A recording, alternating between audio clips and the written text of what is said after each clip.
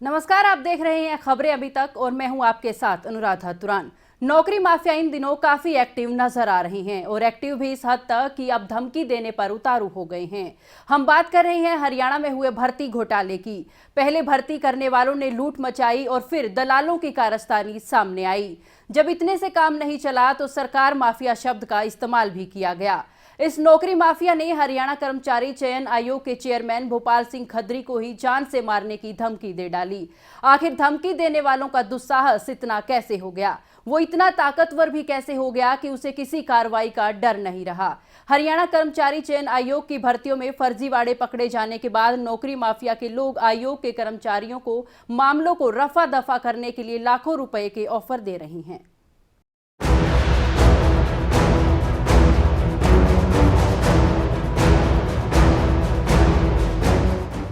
Mafia पहले setting की बात करता है और बात न बनने पर गोली मारने की बात करता है।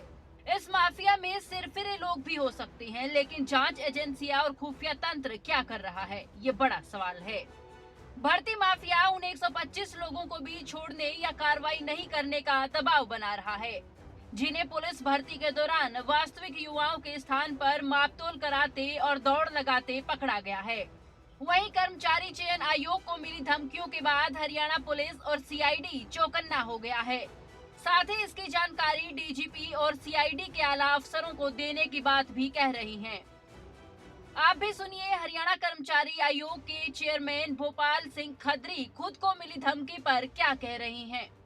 बहुत से लोग ऐसे पकड़े गए हैं जो किसी और की जगह दौड़ने आ रहे थे या किसी और की जगह जिन्होंने परीक्षा दी थी या किसी ने दिलवाई थी।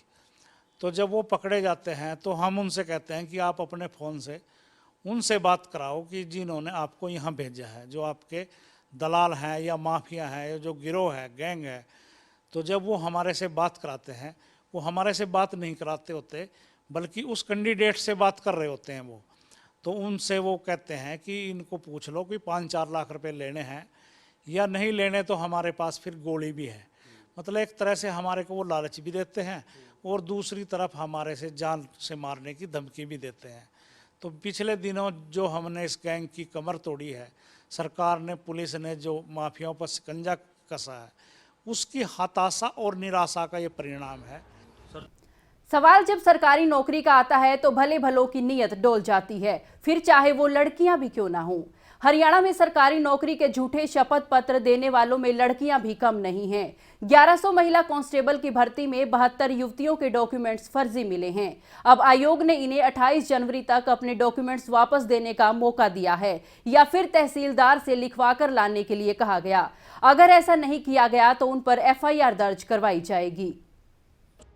इससे पहले हरियाणा कर्मचारी चयन आयोग ने 460 पुलिस सब इंस्पेक्टर की भर्ती में से 50 संदिग्ध अभ्यर्थी चयन प्रक्रिया से बाहर किए। उनमें से 41 पुरुष और 9 महिला उम्मीदवार थे। मेरिट में आने वाले 90% अभ्यर्थी ने सोशियो इकोनॉमिक के नंबर क्लेम किए हैं। इनमें से 72 लड़कियां झूठ बोल रही हैं कि हमारे घर में भाई या पिता सरकारी नौकरी में नहीं है।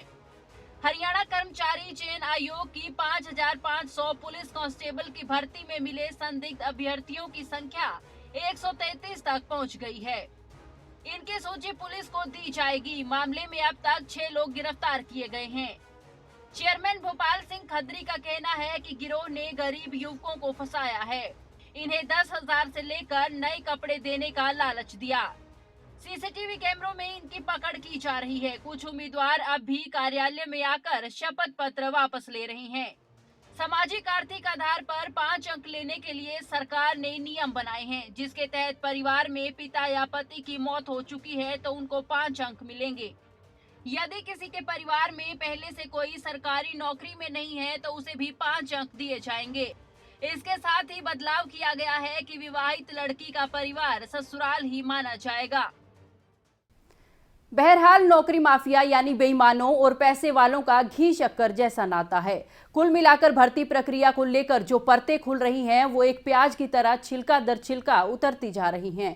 लेकिन इन छिलकों के बीच में क्या निकलेगा इसका कोई अंदाजा नहीं है। अभी तक मामला जलेबी सा गोल है।